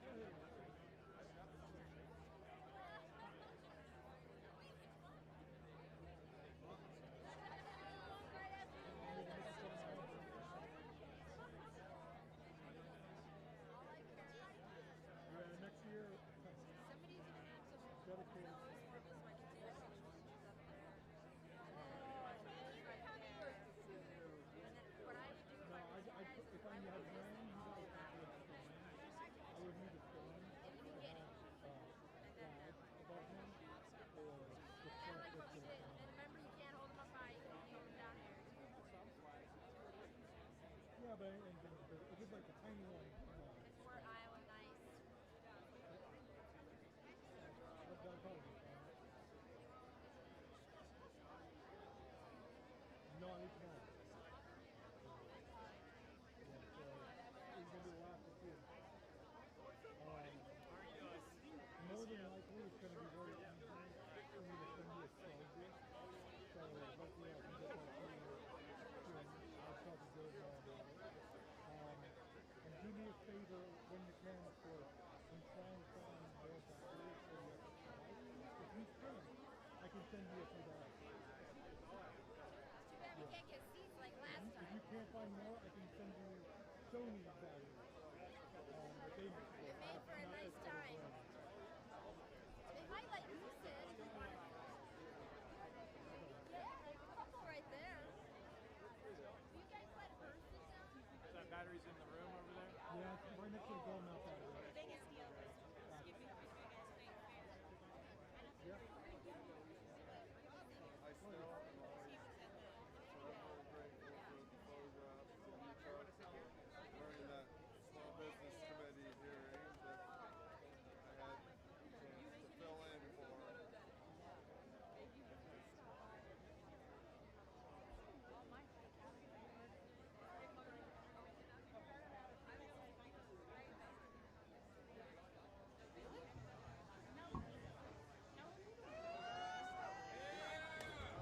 Hello again, or hello for the first time. Welcome to the Des Moines Register Political Soapbox. As I have said before, at the Des Moines Register, we believe in civic discourse and Iowa Nice. I'm Rachel Stassenberger. I'm the executive editor of the Register, and here's what Iowa Nice means right now. It means you've got signs. Love them. Hold them up. And now what do? Lower them, lower them, lower them. Because it's not very Iowa Nice to show your signs when nobody can see you behind you. The other piece of Iowa Nice you need to know, you can cheer. Go ahead. Louder. Thank you, but please don't jeer. And now, without further ado, Attorney General Brenna Bird, a Republican running for re-election. Brenna. Hey, thank you. All right. Is this not the absolute best state fair in the entire country? The Iowa State Fair, we're number one. Number one. Yeah. And before I get started, I've got some very special people here with me today. My husband, Bob, my son, Beckett, and even my mom, Mary Lou, is here to see us. So very glad to be here with the family. And the fair is a family tradition, isn't it? It's all about who we are as Iowans, what it means to be an Iowan. And as somebody born and raised on a farm, it's also about celebrating our agriculture and our farm families, a beautiful thing in our state that we do not take for granted. We are proud Iowans. We're proud of the culture that we have here, and we're proud of our state fair. I'm going to tell a little truth here. The other side, the folks that we are running against, they don't seem very proud of our country sometime. And in fact, there are some very liberal activist type candidates out there, including one of them that doesn't think that farmers work very hard. Boy, I think he should talk to my brother-in-law, my brother, my dad. Farming is hard work, because the one thing I learned on the farm, you don't eat till the animals have eaten, right? Even in the dead of winter when it's really cold, you take care of your livestock and you take care of the animals that depend on you. One of the candidates on the other side is at a fundraiser in, I think, Nantucket, raising money out that way. And then some people on the other side even seem to be afraid of a little state fair feedback. And that's what happens from time to time at the fair. I know all about that because I work in all 99 counties every single year and hear from people what's on your mind. That is how I learn how to serve better, how to serve every county in Iowa, because every county, every part of the state is different. I want to serve the whole state. I'm from Guthrie County, and yeah, proud. There's a couple of us here, a couple of proud Guthrie Countyans.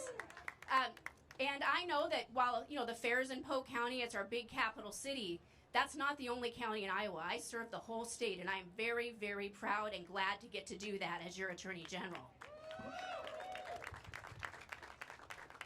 We've got a big contrast in this election. It's not just in Iowa. I think it's nationally as well. You know, you think about the importance of the office of Attorney General, where I uphold the law and the Constitution. I stand with our law enforcement, help crime victims, help to get justice. That is what it is all about. You don't have to look very far to see how that gets off track when liberals take over. So I'm going to say it's a little different in a place like Illinois, Minnesota, California, or New York.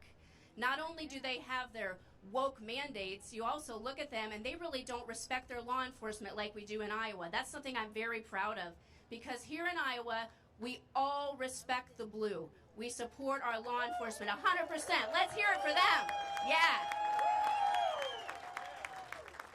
Because they've got our back, and they should know that we have theirs. We are with them, and we appreciate what they do to keep us safe 24/7. When we're sleeping, there's a law enforcement officer on duty keeping us safe.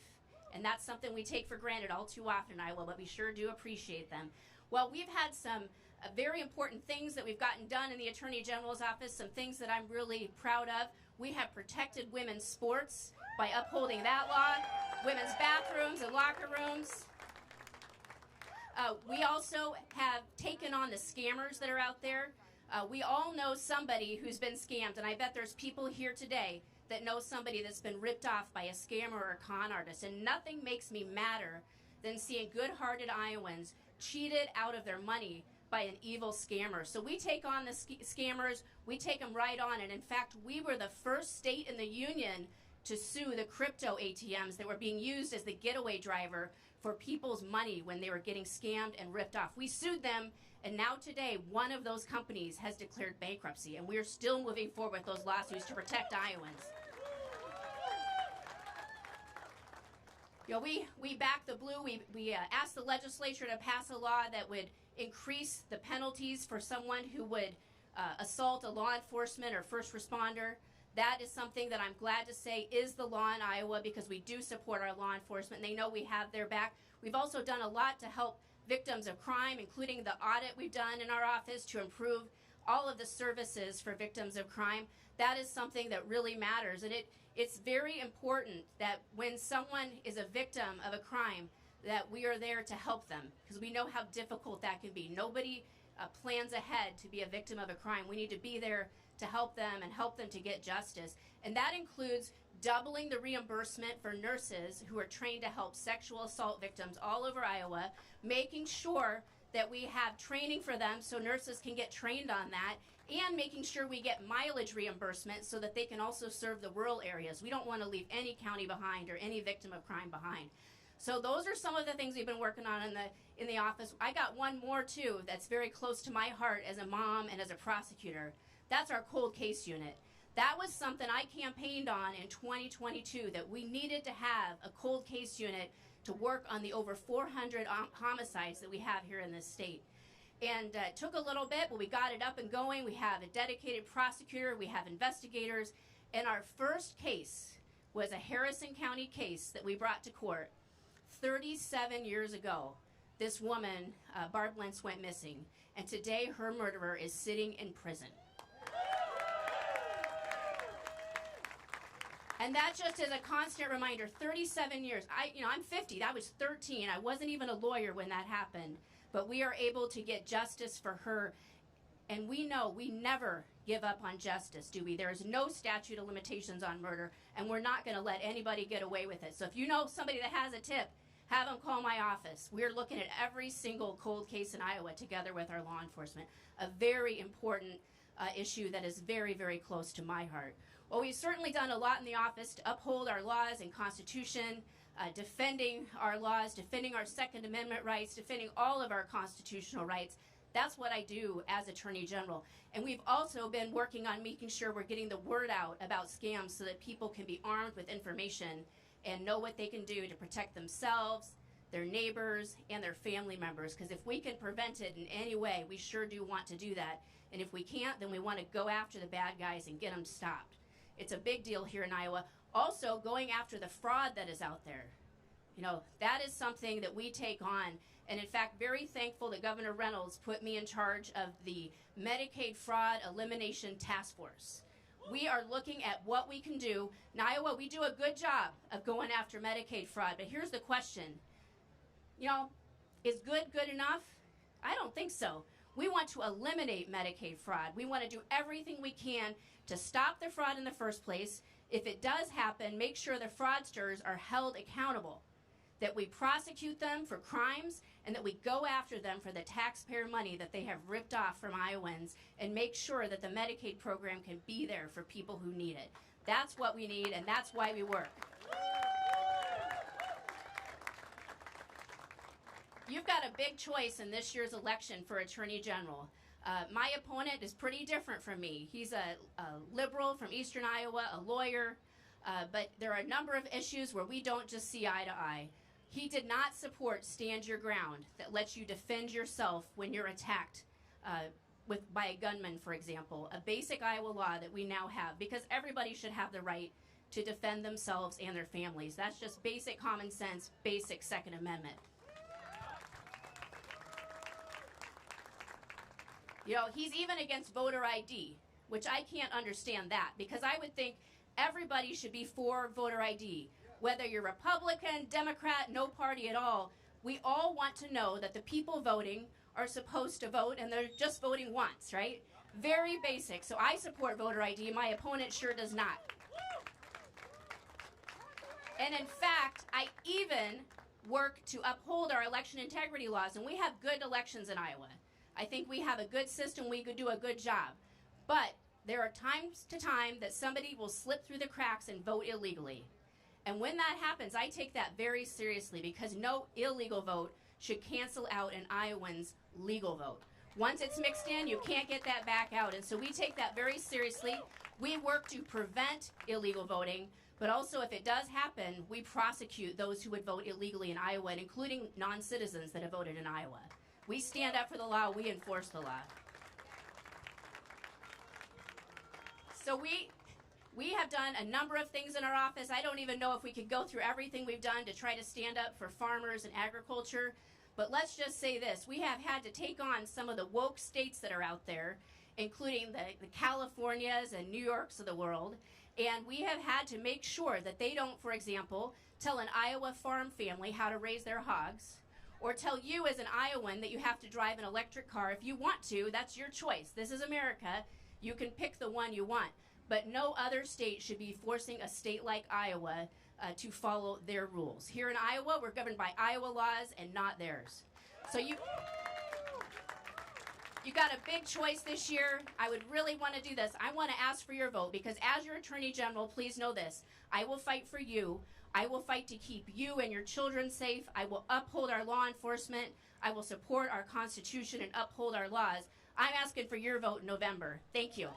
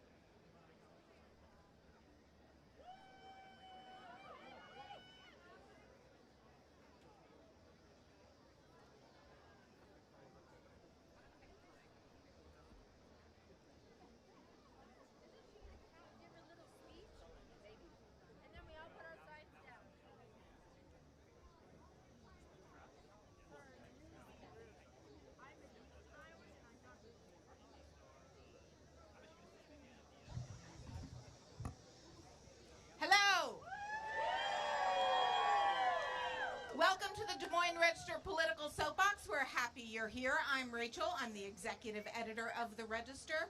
And here at the Register, we believe in civic discourse, so we invited all the federal and statewide candidates to come speak to you. And we believe in Iowa Nice. Iowa Nice signs-wise means hold them up! And now lower them. Lower them, lower them, lower them. Lower, lower, lower, lower. Lower, lower, lower, lower, lower. Because I can't see through signs. Lower over here. There, you got it. That's up and that's lower. Very good. Keep them lowered over here. Because it is not Iowa Nice to block your neighbors from seeing the candidates. You know what else isn't Iowa Nice? Jeering. You know what's Iowa Nice? Cheering. Let's hear it. Okay, so we'll remember, no jeering, signs down. There we go. One over here. Hi. No? All right, well, everyone else, thank you for being Iowa Nice. And without further ado, here's Ashley Hinson, Republican, running for U.S. Well, hello, fellow Iowans! Are we here? Woo! Oh, thank you.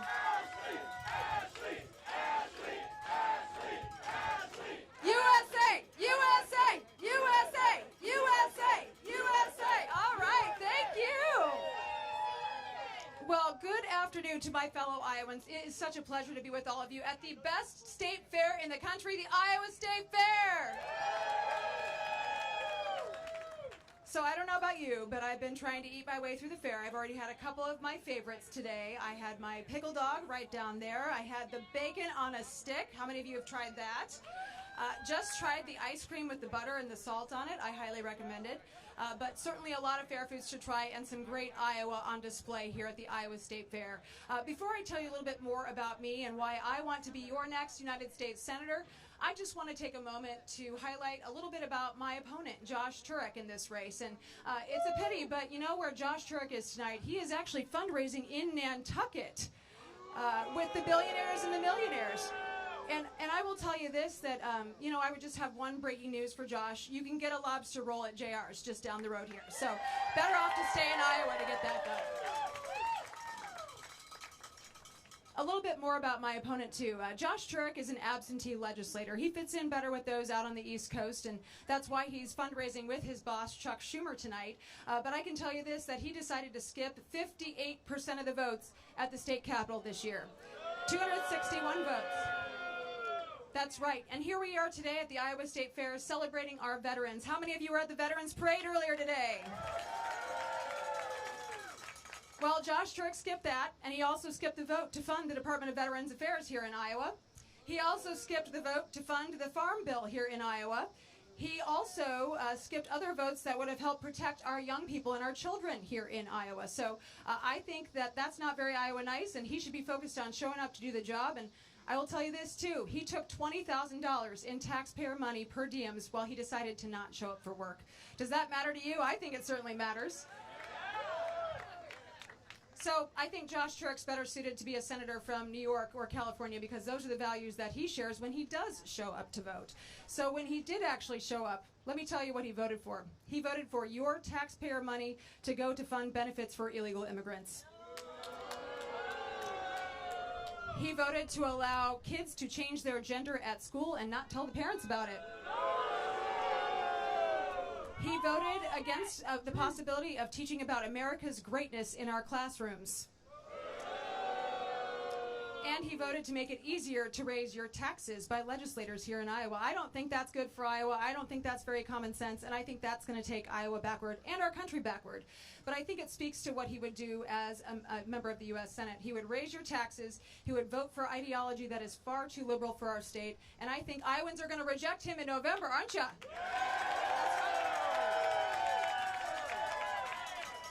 So, my name's Ashley Hinson, and I am going to be your next United States Senator.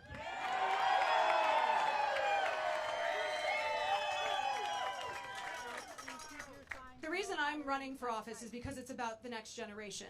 It's about our kids. I'm a mom with a minivan. I have 2 teenage boys, and I think nothing prepares you better for serving in Congress or the U.S. Senate than being a mom to teenagers, because you're constantly negotiating with unreasonable people, and their hygiene is questionable. I think we can all agree teenagers have problems with that. There's a lot of problems in Washington, D.C., but I can tell you this, that I have delivered in my time as a congresswoman in Northeast Iowa.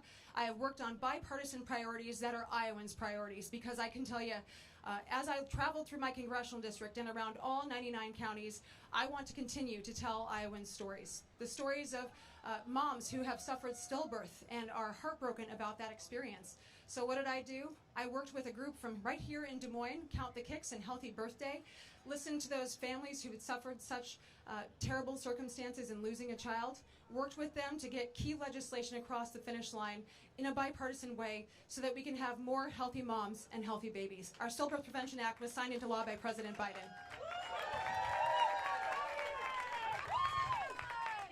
And while we're here today celebrating our veterans, we know that not all war wounds are visible. And we had an Iowa veteran named Sergeant Brandon Ketchum, who went to seek service at the VA in Iowa City. And he was turned away, and he later took his own life that day. And I worked across the aisle to get the Sergeant Brandon Ketchum Veterans Mental Health Act signed into law so that no matter what your zip code is, veterans can get the mental health care that they need.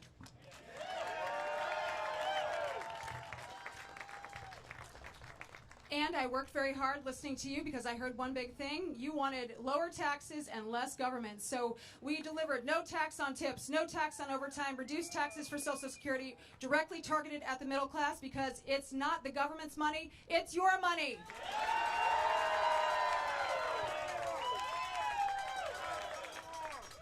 So I think those priorities are pretty clear. You've got Nantucket Turek, who is focused on raising your taxes and supporting policies that put parents last, put taxpayers last, and put farmers last here in Iowa. And then you have a bipartisan fighter who has delivered consistently for our great state. Who do you want in the U.S. Senate? Ashley Hinson? That's right. So I will promise you this, as your next U.S. Senator, I know there is more to do. I know families are getting squeezed. I know we have to do more to lower prescription drug prices.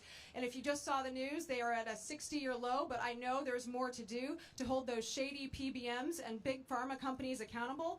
And I just introduced a piece of legislation last week to hold big health insurance companies accountable when they're not being transparent and they're hiding information from you. Because better information means better patient care, and that's what we're fighting for in Washington, D.C.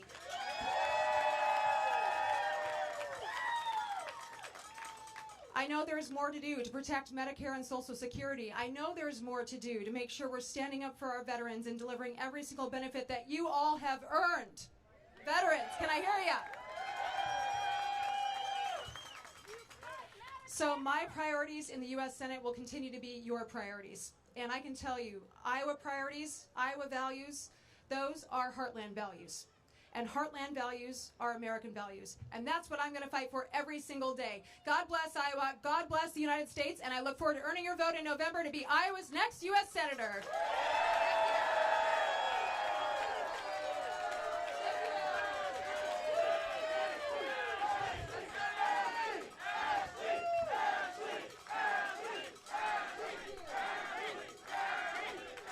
Let's go, Iowa! Woo! Thank you, everybody.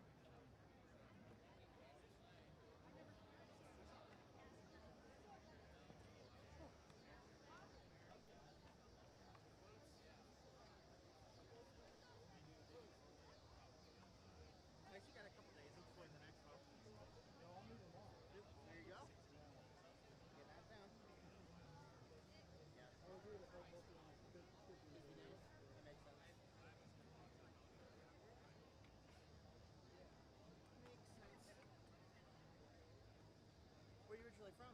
New York.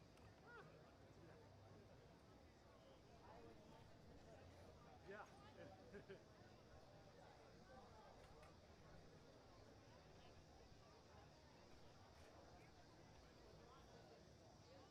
Yeah, I'm glad it's not that humid today because on Saturday, or Friday and Saturday both. Yeah, luckily I wasn't here Friday. Because, yeah, Friday